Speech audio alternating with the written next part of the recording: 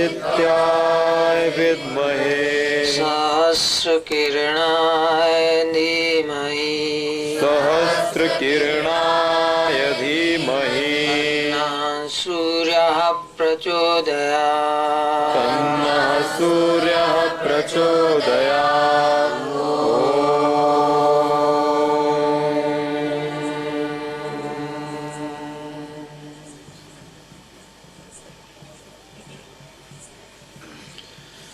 जब से इस बार यहाँ दावत में आए हैं, रोज ही ये सूर्य योग साधना पर ही चर्चा हो रही है। चर्चा ही नहीं, साधना भी हो रही है।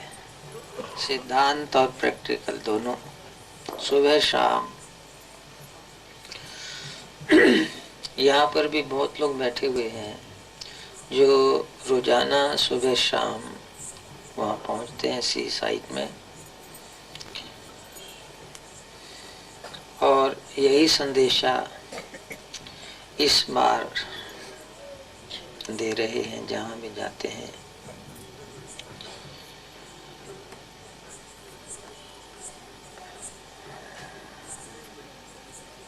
प्रत्येक प्राणी चाहे धन के द्वारा, विषयों के द्वारा, संसार के द्वारा या जप के द्वारा, ध्यान के द्वारा, भक्ति भजन के द्वारा एक ही वस्तु मांगता है, एक ही वस्तु की इच्छा है, वो है सुख, आनंद। किसी भी प्रकार से हमें आनंद मिले, और आनंद प्राप्ति करने का सबसे बड़ा साधन है ये मनुष्य शरीर। ऐसी मान्यता है ही कि पिछले जन्मों में कभी ये प्राणी मनुष्य शरीरों में था। 84 लाख योनियों में जन्मते मरते आखिरकार ईश्वर कृपा से अपनो ये मनुष्य शरीर मिल गया। मनुष्य शरीर की महिमा सभी शास्त्रों में बार बार कही गई है। ये मनुष्य शरीर ही ऐसा है जिसकी प्राप्ति के लिए देवता भी तरसते हैं।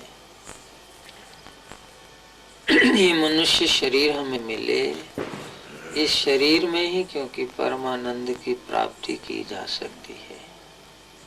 अन्य और कोई शरीर ऐसा नहीं है। पशु पंछियों के शरीर तो हैं ही जड़, वे सोच समझ नहीं सकते, विचार की शक्ति उनमें नहीं। और देवताओं के शरीर उनमें जड़ता ना के बराबर, लेकिन वे अधूरे हैं, ऊपर ही ऊपर हैं, धरती के साथ उनका स्पर्श ही नहीं होता। उनमें पृथ्वी जल तत्व ना के बराबर। पशु पंछियों में पृथ्वी जल तत्व ही विशेष। मनुष्य शरीर ही एक ऐसा है जिसमें पांचों तत्व है। सारी सृष्टि 5 तत्वों से ही बनी हुई है। पृथ्वी, जल, तेज, वायु, आकाश, ये 5 तत्व है। मनुष्य शरीर संपूर्ण शरीर है।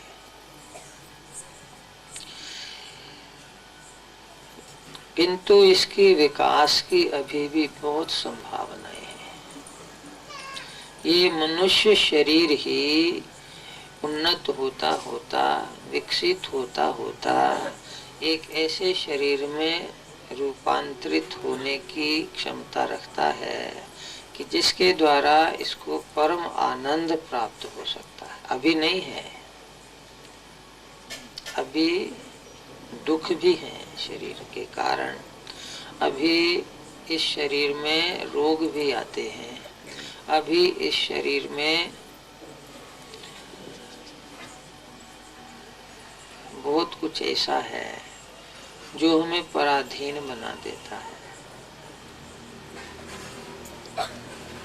भूख, प्यास, निद्रा, व्याधि आदि।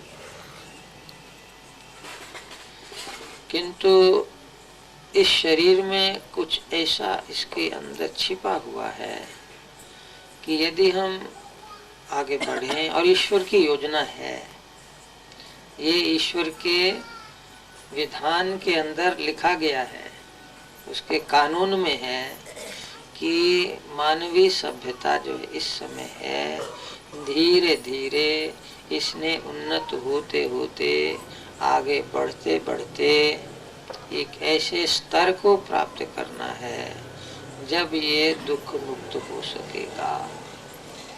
अपने लोग पुराणों को मानते हैं और भी अन्य सभी शास्त्रों की भी खोज करें तो ये वर्णन मिलते हैं। एक समय ऐसा आएगा जब इस धरती पर ही स्वर्ग उतर आएगा। सतयुग ऐसा नाम पुराणों में है। अभी कलयुग जैसे चल रहा है, लेकिन इसके बाद सतयुग ने आना ही। कब आएगा वो एक अलग चीज, इससे हमें ज्यादा लेना देना नहीं है। कुछ लोग कहते हैं कि इतने वर्षों में आएगा, उतने वर्षों में आएगा, उसको चर्चा करने की कोई आवश्यकता नहीं है। ये तो दिल को तसल्ली देने वाली बातें हैं। प्रश्न तो ये है कि आएगा कैसे, इस ढंग से आएगा। क्या हम भी उसमें कुछ योगदान दे सकते हैं? हमारा क्या कर्तव्य है? तो वो हम चर्चा करने। सतयुग का अर्थ यही है कि जब हमारे तन मन में शांति हो पूरी, शक्ति हो पूरी, मस्ती हो, आनंद हो पूरा। उसके लिए हमें क्या करना है? नहीं तो सतयुग मानो आ भी गया तो भी ऐसे ही रहे तो क्या लाभ। जैसे अभी भगवान की कृपा से सबको मनुष्य शरीर मिला हुआ है, लेकिन सभी मनुष्य हैं। मनुष्य शरीर तो है, अपने यहाँ बैठे उनकी बात नहीं कर रहे हैं। इधर उधर नजर मार कर देखिएगा कि कईयों का जीवन पशुओं जैसा ही होगा। बस किसी को मारा पीटा काटा, अपने खाए पिए सोए, बस कोई परवाह नहीं। पड़ोस में क्या हो रहा है कोई चिंता नहीं, घर में ही कोई लड़ रहा मर रहा है कोई चिंता नहीं, घर में ही आपस में मुकदमेबाजियां, एक छत के नीचे रहते हुए भी आपस में मुकदमेबाजियां। फिर उनको हम क्या कहेंगे? भाई भाई लड़ रहे हैं, फिर हमको कहेंगे मनुष्य? मनुष्य शरीर तो मिला। जैसे पशु होता है, लाइन लगी होती है, एक बकरा कट रहा है, उस पीछे वाला भी मेरी भी लाइन, मेरा भी नंबर लगा हुआ है, उसको नहीं खबर कि मेरा नंबर भी आने वाला है। इसी प्रकार जब भाई भाई आपस में ऐसे लड़ते हैं, एक भाई दूसरे को मारता, उसको नहीं पता मेरा नंबर भी आने वाला है। तो मनुष्य शरीर में रहते हुए भी क्या वे मनुष्य हैं? इसी प्रकार यदि हम ये इंतजार करें कि भगवान की ओर से सतयुग आ जाएगा इतने सालों में, उसका कोई अर्थ नहीं है, उसका कोई लाभ नहीं होने वाला है। विशेषता तो ये है कि हम सत्ययुगी बने आज कलयुग में भी,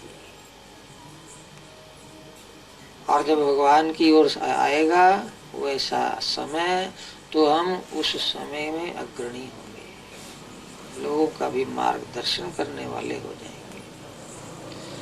तो हम वो विचार कर रहे हैं। ये जो साधना शुरू हुई है, ऐसा ना सोचें कि ये कौन सी साधना, हम तो बहुत साधना करते आ रहे हैं, हमने इतना तप किया, इतना मंत्र जप कर रहे हैं, ये कर रहे हैं, भक्ति कर रहे हैं, योग कर रहे हैं, ये ऐसी साधना कर रहे हैं। तो बिल्कुल सही जैसे करते हैं वैसे ही करते चले जाए। उसमें हम कुछ परिवर्तन नहीं करना है। जो जहाँ दीक्षित है वहीं रहें, जो जिस मंत्र का जप करते वही करें, जो जिस धर्म परंपरा में है वही रहें। यही तो विशेषता है साधना की। यदि इनके इधर नहीं इधर जाओ, फिर वो सतयुगी साधना नहीं होगी। वो साधना तो ऐसी है, जो कुछ हम कर रहे हैं उसमें ही वो गति दे देगी। हर रोग की दवाई, हर प्रत्येक साधना में वो शक्ति देने वाली, गति देने वाली। वो है सूर्य क्रिया योग, सिद्धामृत सूर्य क्रिया योग। इस साधना में दो शब्दों का प्रयोग है, एक अमृत, एक सूर्य। अमृत का संबंध है चंद्र के साथ, ठंडा ठंडा शीतल किरणें, और सूर्य गर्मी देती है, तेज देता है। तो गर्मी और शीतलता, अग्नि और अमृत, इन दोनों का उपयोग इस साधना में। हमारे ब्रह्मांड में भी देख लें, दो ही तत्व प्रधान हैं, सूर्य और चंद्रमा, दिन और रात। हमारे शरीर के अंदर भी ये दो चीजें हैं। ये शास्त्रों का सिद्धांत है। मस्तक के अंदर चंद्रमंडल और नाभि के अंदर सूर्य। सूर्य का मतलब गर्मी, सब देखते हैं यहाँ पर, जठराग्नि, सब समझते हैं। पेट में अग्नि है तभी जो कुछ खाया पिया वो हजम होता है। और फिर दिमाग से रस मिलते हैं, दिमाग ठंडा रहे तो बहुत बढ़िया। दिमाग गर्म हो गया तो मतलब वो सब उल्टा पुल्टा हो गया। पेट गर्म और दिमाग ठंडा होना चाहिए। यहाँ चंद्रकला बढ़ती चली जाए और यहाँ सूर्य कला बढ़ती चली जाए, और फिर दोनों का आपस में संबंध है। सूर्य की किरणें ही चंद्रमंडल पर पड़ती हैं और रस बन जाती है, और रस ही फिर ऊपर नीचे आता है और शरीर का पोषण करता है। ज्यादा विस्तार में नहीं जाएंगे, सिर्फ सीधी सीधी बातें करते हैं। ये साधना क्या है, कैसे करना है, किस प्रकार हम मनुष्य एक अगला चरण उठा सकेंगे। पहले कह चुके हैं अभी कि मनुष्यों में और पशुओं में, हम में और उनमें एक अंतर है खास, वो दिमाग का ही अंतर है, सोच समझ का, विचार शक्ति का। अभी जितना दिमाग हमारा विकसित है, इसमें और बहुत ज्यादा विकास की संभावनाएं हैं। वैसे देखा, आज से 30, 40, 50 वर्ष के पूर्व के बच्चे और आजकल के बच्चों की तुलना की जाए तो आजकल के बच्चों के दिमाग बहुत ज्यादा विकसित है। कुदरत का ही विधान है।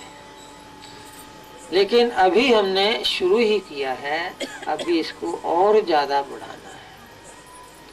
अभी दिमाग बच्चों के विकसित हैं, लेकिन उस विकास की दिशा बाहर की तरफ है, विषयों की तरफ है। बाहर भागने की प्रश्न बहुत उठते हैं बच्चों को, बहुत कुछ करते हैं। हमने उस विकास की दशा को और अंदर की तरफ ले जाना है, दिमाग बढ़ाने की साधना। और जब दिमाग बढ़ जाएगा, हमारे शरीर भी स्वस्थ होंगे। ये पॉइंट थोड़ा नोट करना, फिर इसको दोहरा देते हैं।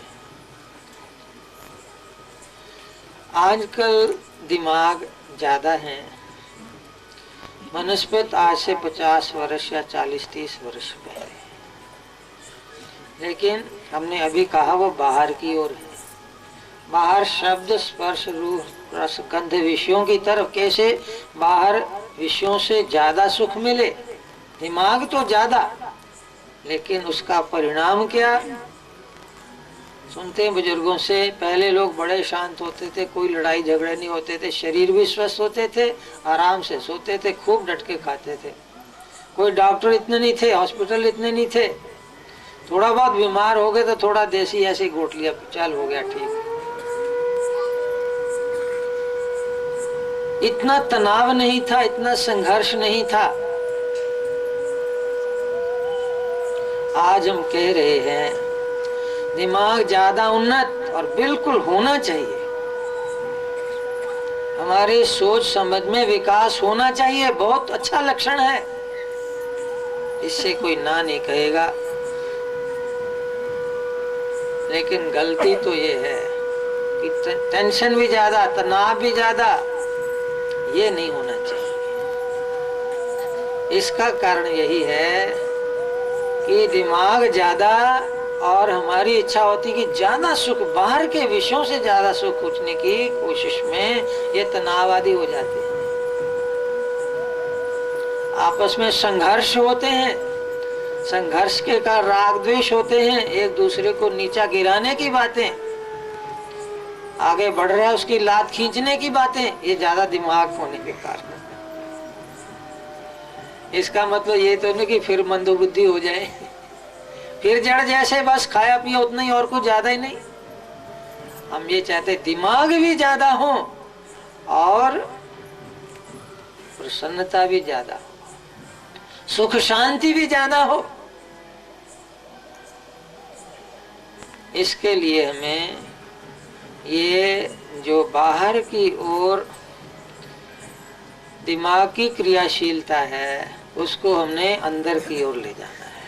फिर दिमाग भी उन्नत, गति भी ज्यादा, सुख साधन भी ज्यादा, और सुख भी ज्यादा, आनंद भी ज्यादा। तो ये है बाहर जो दिमाग की गति, चिंतन बाहर के विषयों की, आंखें बाहर ही देख रही हैं, कान बाहर के शब्दों, जीवा बाहर के रस, इसको हमने धारा को अंदर उल्टा लेना है। सब गति को अंदर की तरफ, दिमाग अंदर की तरफ विकसित होना शुरू हो जाए। ये हमारे शरीर में 9 दरवाजे हैं, 2 आंखें, 2 कान, 2 नासा छिद्र, 1 मुंह, नीचे 2 छिद्र, 9 दरवाजे हैं, और हर एक दरवाजे की अपनी विशेषता है। ये मुंह है, इसमें जीवा है, रस यहाँ मिलता है, रस यहाँ पैदा होता है। नासा छिद्र है, यहाँ वायु तत्व, गंध, हवा का आना जाना यहाँ से। कान है ये शब्द, बाहर का कोई शब्द आए और अंदर अंदर तक उस शब्द के कंपन जाते हैं। यहाँ शब्द टकराए, यहाँ कुछ नहीं होता, इधर शब्द टकराए, यहाँ कुछ नहीं होता। ये त्वचा है, स्पर्श, यहाँ स्पर्श का अनुभव होता है। यहाँ प्रकाश टकराए, यहाँ प्रकाश इस छाती से, इस यहाँ से अंदर नहीं जाता, शब्द यहाँ से अंदर नहीं जाता। शब्द स्पर्श रूप रस गंध 5 विषय हैं, सबका शरीर में अलग अलग केंद्र है। आंख है प्रकाश का, जब यहाँ प्रकाश टकराता है तो अंदर तारे बनी हुई हैं, नाड़ियां जुड़ी हुई हैं, वो प्रकाश इसके अंदर आंखों के द्वारा दिमाग के अंदर भी चला जाता है। यहाँ भी प्रकाश तो सब जगह लगता है, यहाँ भी, लेकिन यहाँ से प्रकाश के अंदर जाने का रास्ता सीधा नहीं है। जिस प्रकार शब्द का यहाँ कानों से, इसी प्रकार प्रकाश का अंदर जाने का रास्ता है ये आंखें। बस अब साधना का सूत्र समझ लीजिएगा। जब प्राणी अंधकार में जाता है तो भटकता है, दुख उठाता है। गति कितनी भी हो, दौड़ा चला जाए, यदि अंधकार है तो वो गिरेगा, अटकेगा, चोट लगेगी उसको। रास्ता यदि सही भी हो, रास्ता यदि साफ भी हो, लेकिन अंधकार यदि है तो हम जरूर रुकेंगे, जरूर चोट खाएंगे। अंधकार के कारण हमें भय लगता है। अभी वो रास्ता जिसका हमें अनुभव नहीं, जान पहचान नहीं, अंधकार अकेले यदि जाना पड़े तो डर लगता है। प्रकाश चाहिए, कुछ साथी चाहिए। और जब प्रकाश हो जाता है तो दौड़े चले जाएं। रुकावटें भी यदि आए तो प्रकाश के कारण हम रुकावटों को दूर कर लेंगे, चाहे वो बाहर का प्रकाश का प्रकाश। इसी वास्ते ऋषियों ने प्रार्थना की, तमसो मां ज्योतिर्गमय, मुझे अंधकार से प्रकाश की तरफ ले चल। अभी बाहर का प्रकाश तो है, भौतिक वस्तुओं को हम प्रकाश में देख सकते हैं। बाहर भी अंधकार हो जाए तो कुछ नहीं दिखाई देता, लेकिन अंदर तो हमारे अभी अंधकार ही है। अंदर प्रकाश बहुत कम है। अंदर हमारे प्रकाश कितना, इतना सारा शरीर है, सिर्फ इंद्रिय छिद्रों तक, यहाँ तक आंखों से थोड़ा अंदर, कानों से थोड़ा अंदर, थोड़े अंदर तक शब्द जाते हैं, लेकिन अंदर पूरा अंदर नहीं जा पाते। कैसे? जैसे रात को सो जाएं, बाहर से हमारे विषयों का संबंध टूट जाए तो हमें कुछ पता लगता है, अंदर कुछ सोए हुए कुछ अनुभूति होती है, गाढ़ निद्रा में, बस इतना ही है। फिर एक बात और महत्व की कह रहे हैं, ये ध्यान से सुनने वाली। हम कह चुके हैं प्राणी आनंद खोजता है, आनंद ही इसका लक्ष्य है। बाहर विश्वों में भटकन है। बाहर से थक टूटकर जब शरीर के अंदर चेतना चली जाती है, जब ये गहरे सो जाता है, तब इसको आनंद की अनुभूति कहते। बहुत आराम से सोए, बड़ा से बड़ा दुख हो, हार्ट अटैक तक हो गया हो, गहरी नींद आ जाए तो दुख दूर। और आज तक जितना कुछ हम भाग दौड़ कर रहे हैं वो इसी का परिणाम है कि हम सोते हैं, अंदर जाते हैं, सुबह उठते हैं, रोज उठते हैं बिल्कुल प्रसन्न, और दिन भर भाग दौड़ करते हैं थके टूटे हारे, और फिर चलो अंदर। अंदर हमें जब चेतना शरीर के अंदर जाती है तो आनंद की प्रतीति होती है, इसमें कोई शक नहीं। लेकिन अंधकार में हमें पता ही लगता कहाँ जाती है हमारी चेतना, कहाँ से आनंद आ रहा है उसका हमें पता नहीं, क्योंकि अंधकार में ही अंदर चले जाते हैं। गहरी नींद, और जब नींद थी कुछ होश नहीं, उठकर जरूर कहते, बेहोशी में भी, अंधकार में भी जब चेतना अंदर जाती इतना आनंद मिलता है। और यदि प्रकाश में चेतना हमारी अंदर चली गई तो कितना और आनंद। प्रकाश में हमें पता लगेगा यहाँ शरीर के अंदर वो ऐसा केंद्र है, उसके साथ हम सीधा संबंध जोड़ पाएंगे। अभी अनजाने ही जुड़ता है, अनजाने टूट जाता है। यदि शरीर के अंदर, मस्तक के अंदर है तो मस्तक के अंदर ही है, शरीर के अंदर ही है, और रोज का अनुभव, इससे कोई व्यक्ति इनकार कर ही नहीं सकता। लेकिन बात इतनी ही है, अनजाने, बेखबरी में, अंधकार में परमात्मा की वो शक्ति हमें अंदर ले जाती है, अमृत रस का पान कराती है, और फिर बाहर आ जाते हैं। फिर बाहर प्रकाश, बाहर का प्रकाश बाहर ले जाता है, फिर भटकते हैं, फिर अटकते हैं। तो किसी विधि से, किसी प्रकार से हम अपनी चेतना को अंदर ले जा सकें और हमें पता लगे कि हम अंदर गए हैं। बाहर शरीर की विस्मृति हो जाए और हमें पता लगे कि हम शरीर के अंदर इस केंद्र में स्थित हैं, यहाँ पर जगे हुए।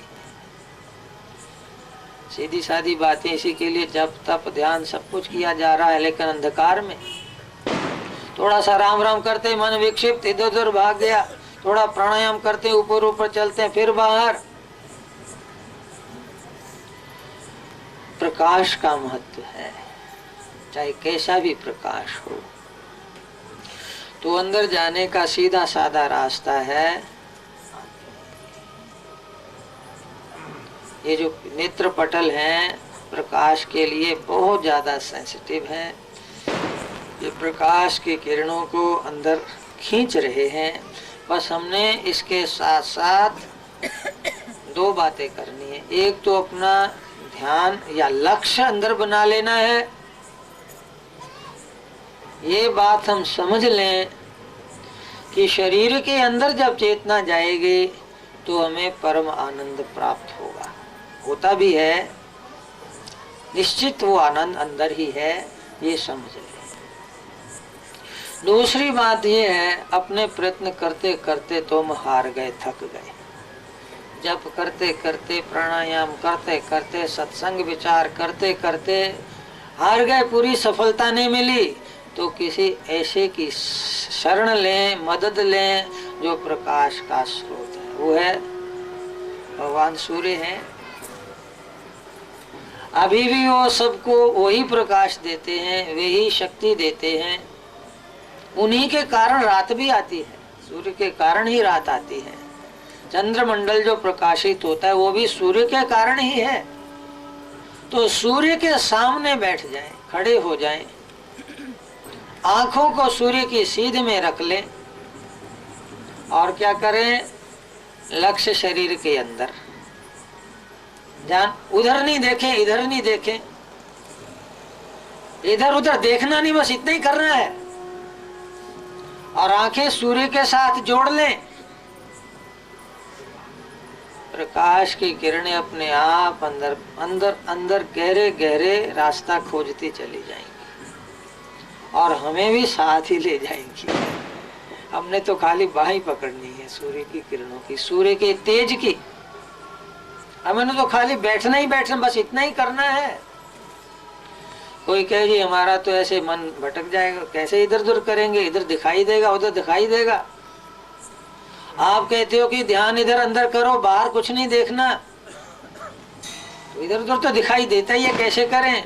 तो और भी आसान, आंखें बंद ही कर लो। शुरू में आंख ही बंद कर लो, कुछ दिखाई नहीं देगा बाहर का। मन में आता है तो कोई चिंता नहीं, मन में कोई बाहर का संकल्प आता है तो कोई परवाह न करें, आंख बंद करके ही शुरू कर लें। पहले यहीं से शुरू कर लें। आंख बंद करके सूर्य की सीध में बैठ जाएं। अपने आप प्रकाश की किरणें हमारे ध्यान को ये अंदर ले जाना शुरू कर देंगे। ऐसा रोज सबका अनुभव हो रहा है। ये नेत्र पटल है ऊपर, उसके अंदर वो तारा है, आंखों का तारा। उसके अंदर वो जानते हैं, जो बच्चे भी पढ़ते हैं, आंख गोला जैसा है और यहाँ करीब वो रेटिना, पर्दा, नेत्र पटल, जहाँ पर फोटो बनती है बाहर की, वहां तक प्रकाश की किरणें अपने आप ही पहुंच रही हैं। जब हमने लक्ष्य बाहर नहीं रखा, बाहर हमारा लक्ष्य नहीं कि उससे उसको देखना है, तो वो प्रकाश की किरणें जो रेटिना पर पड़ेंगी, उसके पीछे और दो नाड़ियां, ऑप्टिक नर्व्स हैं। यहाँ एक दिमाग का हिस्सा, हाइपोथैलेमस उसको कहते हैं। तो रेटिना से वहां तक वो नर्व्स के द्वारा रेटिनो हाइपोथैलेमस ट्रैक्ट, वो नाड़ियां बनी हुई हैं, कुदरत की ओर से भगवान ने बनाई हुई हैं।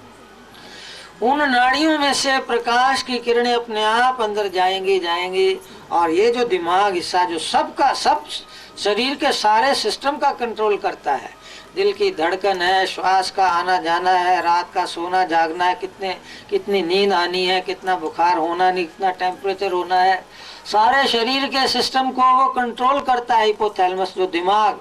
वहां तक वो प्रकाश की किरणें अपने आप धीरे धीरे पहुंचती चली गई। उसके बाद दो और ग्रंथियां हैं, एक पीनियल बॉडी जिसको हम कहते हैं शिव नेत्र, वो भी दिमाग के अंदर ही है। वहां से सिग्नल मिलते हैं हाइपोथैलेमस दिमाग से, वो शिव नेत्र, तृतीय नेत्र तक। एक और ग्रंथि पीयूष ग्रंथि, वहां भी सिग्नल मिलते हैं, कंट्रोल करता है, इतना रस छोड़ो, इतना रस छोड़ो। वो जब पूरा प्रकाश वहां पर पहुंच जाएगा तो ग्रंथियां बिल्कुल सक्रिय, नियंत्रित, सही मात्रा में रस देंगी। नींद आएगी तो गहरी आ जाएगी, जाग समय पर खुल जाएगी। श्वास सही होना शुरू हो जाएगा, दिल की धड़कन सही होना शुरू हो जाएगी। और यदि ये चीजें होगी तो बहुत कुछ होना शुरू हो जाएगा। हमारी चेतना गहरे अंदर गई, गहरी नींद आएगी। गहरी नींद में एक विशेष प्रकार का रस मिलता है। बच्चों को देखा है बहुत गहरी नींद लेते हैं। जैसे जैसे बच्चे बड़े हो जाते हैं उनकी नींद कम होती चली जाती है। जितनी गहरी नींद उतना ही वो रस ज्यादा। ये विज्ञान सम्मत भी है। मेलाटोनिन उस रस का नाम है। वो रस ज्यादा मात्रा में बच्चों में मिलता है। बच्चों का शरीर का विकास भी ज्यादा होता है। धीरे धीरे युवावस्था तक वो रस कम हो जाता है और धीरे धीरे वृद्धावस्था में रस कम होते होते होते होते बिल्कुल खत्म। इसका मतलब है मृत्यु पास आ। बूढ़ों की नींद भी बहुत कम होती, कहते बस 2-3 घंटे ही आ जाए तो बहुत है, वो भी नहीं आती। वो नींद आती ही नहीं है। रस अंदर आ ही नहीं रहा, मिल ही नहीं रहा। रस ही तो नींद को अंदर ले जाता, शरीर सूरत को अंदर ले जाता है। तो जितना वो गहरे हम जाएंगे, जितना प्रकाश ज्यादा अंदर, उतना ही चेतना और गहरे जाएगी, उतना ही रस हमें मिलेगा, उतना ही शरीर हमारा स्वस्थ। ये तो नहीं कि बड़े हो जाएंगे तो हमारा शरीर बढ़ता ही जाएगा, स्थूल शरीर बढ़ता ही जाएगा। स्थूल शरीर के बढ़ने की तो एक हद है, लेकिन उसके बाद हमारा सूक्ष्म शरीर बढ़ेगा, अर्थात प्रसन्नता अंदर ही अंदर, प्राणों की धारा अंदर ही अंदर, अंदर ही अंदर स्वस्थ, अंदर ही अंदर आनंद मिलना शुरू हो जाएगा। राग द्वेष फिर उत्तरोत्तर अपने आप ही हमें कम होते चले जाएंगे।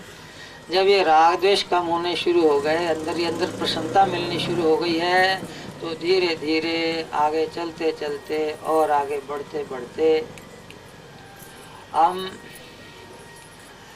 अंदर ही अंदर एक ऐसी अवस्था प्राप्त कर लेंगे जो बाहर के दुखों से कभी प्रभावित, बाहर की विपरीतताओं से प्रभावित नहीं हो सकेगी। और ये एक बहुत बड़ा चरण होगा।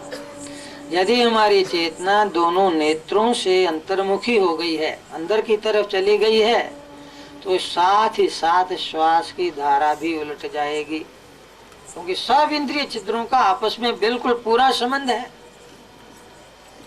श्वास की धारा उलट गई तो ये जीवा जो है, जीवा इसके अंदर अंदर जीवा मूल तक अपने आप प्राणों की गति, जीवा मूल से कंपन उठेंगे। तो जो कुछ जप करेंगे, राम राम करते हैं, तो पहले ऊपर ऊपर तोते की तरह जीव हिलती है, मन बाहर ही रहता है, श्वास की धारा भी बाहर। तो जैसे जैसे प्राणों की धारा उल्टेगी, अर्थात जैसे जैसे नेत्र पथ से दिमाग प्रकाश से भरता चला जाएगा, जीवामूल अंदर अंदर कंपित होते होते, तो हमारा जप जो है वो भी यहाँ से कंठ से आना शुरू हो जाएगा और वो असली जप हो जाएगा। फिर मन बाहर भटकेगा ही नहीं।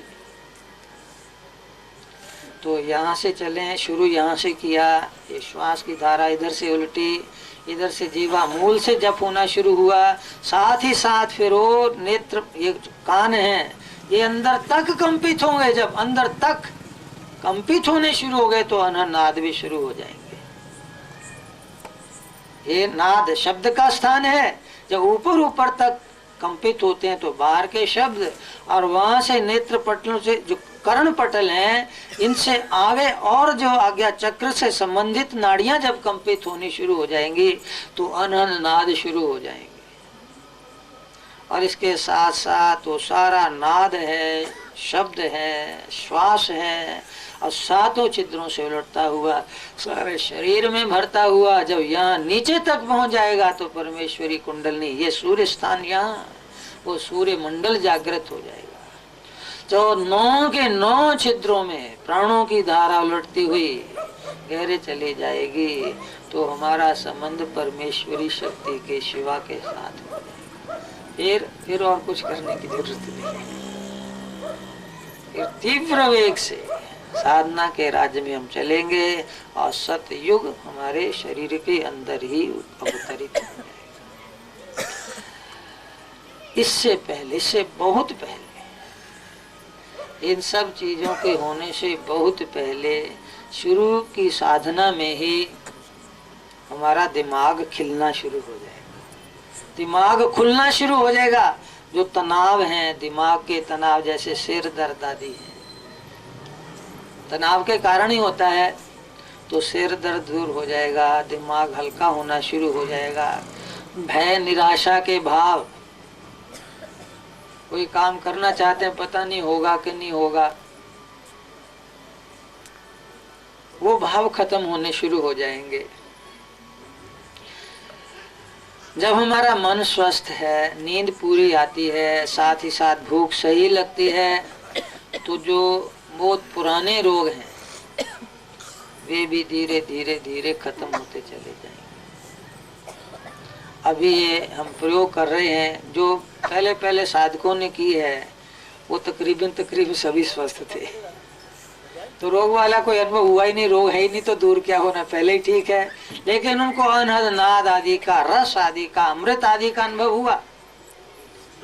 अब ये सार्वजनिक साधना करवा रहे हैं कुछ समय से, तो हमें भी बहुत प्रसन्नता भी हुई कि पहले दिन से ही ऐसे परिणाम आने शुरू हो गए। सबसे पहले दर्द दूर, नींद गहरी, भूख सही, अथवा नहीं भी खाएं तो चलेगा, क्योंकि नेत्रों से इतना गर्मी मिल गई, इतना तेज मिल गया, इतना प्रकाश मिल गया, थकावट नहीं, एनर्जी मिल रही है।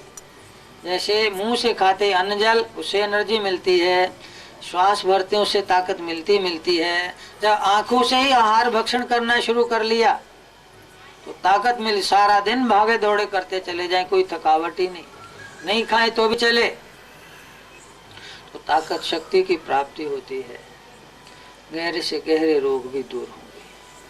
अभी तक जितना कुछ देखने सुनने में आया है, जो शुगर आदि डायबिटिक, उन दिनों जब मलके में साधना हुई तो 2 व्यक्ति ऐसे थे 15-16 के ग्रुप में, जो उनको शुगर की बीमारी थी, उनको तो मीठा खाना पड़ गया। कहते शुगर कम हो गई, हमने कहा ये तो बहुत अच्छा रोग, थोड़े अब मीठा खाना शुरू किया उन्होंने। तो इस प्रकार और भी यहाँ भी कुछ सज्जन ऐसे बताते शुरू के दिनों में ही कि हमें कुछ ऐसा लगता है, चलने फिरने में पहले मुश्किल होती थी, अब चल फिर सकते हैं। शुगर के कारण पैरों में जलन होती थी, वो कम हो गई है। इसी प्रकार चाहे शुगर है, चाहे कुछ और चीजें हैं, ये शुरू में ही कुछ व्यक्ति ये ना सोचे कि रोग तो शरीर के धर्म है, ये तो होते रहेंगे, भगवान का भजन करो। लेकिन सबसे पहले हमारा शरीर स्वस्थ होंगे, हमारे मन प्राण स्वस्थ होंगे, उसके बाद फिर सहज धीरे धीरे अपने आप ही मन भजन में लगेगा ही लगेगा।